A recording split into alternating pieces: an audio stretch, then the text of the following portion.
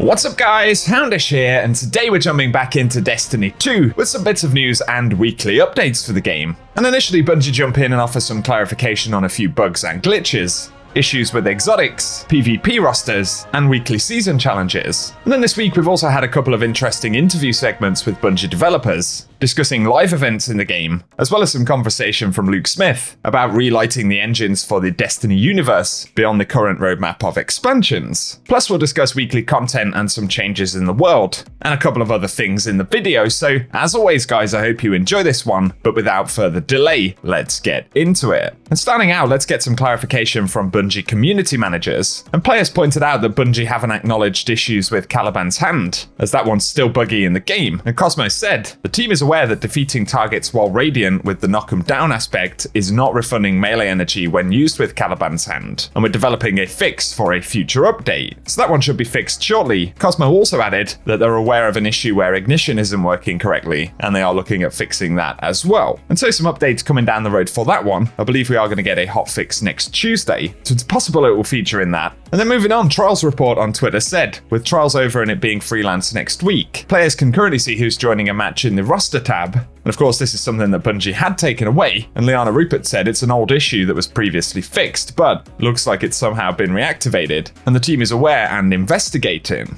Then moving on to content this week, players have been asking if the Grief seasonal challenge is bugged. That's the one where you need to complete the mission with only Void or Stasis. Liana Rupert said the team is investigating any issues, but it's also worth noting that if you pick up the scythe inside of those missions, of course, it is a solar weapon and will actually stop progress on that challenge. So be aware of that, and if you're trying to complete the challenge, be sure not to pick up the scythe at the end of the mission. Another quick mention for this week, but with the Last Wish raid being featured, the 1000 Voices exotic is actually farmable, and so you can collect a stack of raid keys and open multiple chests at the end of the raid. Of course, there'll be a limit on how many chests you can actually open, depending on how many your fire team members want to grab. But if you wanted to stack up, say, 5 keys and open 5 chests at the end, each with a chance to drop the exotic, it is technically possible. It's the same for Vex Mythoclast in Vault of Glass and Eyes of Tomorrow in Deepstone Crypt. They are actually completely farmable as far as we know. We're not sure if it's intended though, although it's gone a few weeks without a fix. So just bear that in mind. Of course, it doesn't increase the drop rate, but it allows us to repeatedly get that low drop chance on each encounter clear, so more opportunities to potentially pick them up.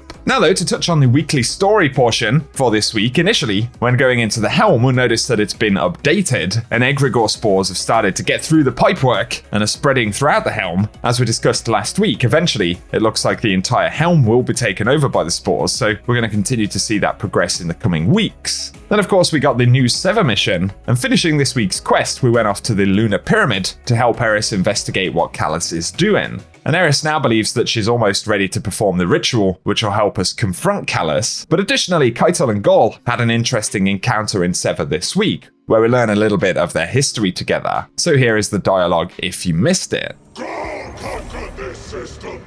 Gaul exiled Callus. Gaul broke the Traveler's will.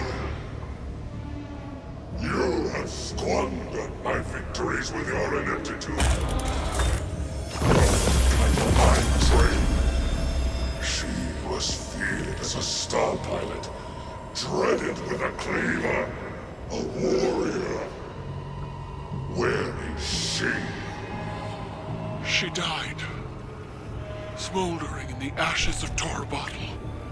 Your lessons with her. Then that is where she will stay. Keitel, without the binding ritual, it is as I feared. We must abandon this. I don't need a hive-tainted witch to explain my failure. Then I won't.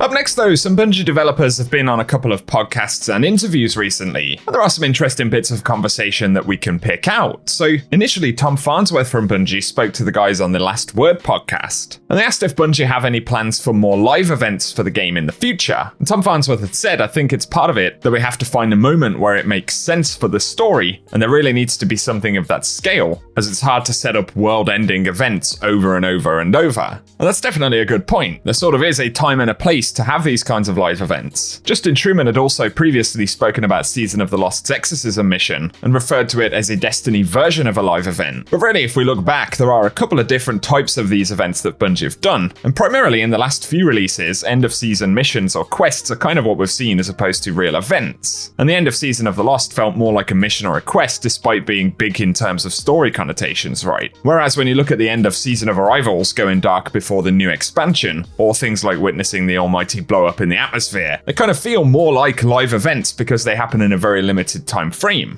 becoming one of those you had to be there sort of things in a way. So there's definitely a difference. I kind of prefer the you had to be there style events, but it's also easy to see why Bungie may want to avoid some content that comes and goes all at once, right? As then not everyone actually gets to experience it in the same way. And so essentially they're saying they're going to lean into these types of events much more for the big releases and more major narrative parts. And of course, these are separate to seasonal events like Solstice that we're going to get in a few weeks' time. So as always, give us any thoughts that you have on that. But another interesting one was an interview with Luke Smith recently on Game Maker's Notebook. And he speaks more about the kind of story side of this and how it can feel a bit like if you weren't there for the ride, you're coming late to the party, especially in terms of major expansion and seasonal content. And on the subject of the story going into the future, he does say, I think for us when you look at this arc, we call it the end of the Light and Dark saga. And those are the currently kind of teased and announced expansions on the roadmap. And it continues to say, we're going to have that kind of relighting of the engines, so to speak, welcoming folks back in. I think that we've got to continue to figure out how to slope the floor for folks coming back into the universe and what Bungie can create to help that. And so some pretty interesting comments right there. A relighting of the engines kind of suggests a few things potentially. You know, it may not be as big as something like a definitive release, although it kind of sounds like that potentially as well, in the same way that Destiny 2 brought back lots of folks who hadn't played for a couple of years. It does potentially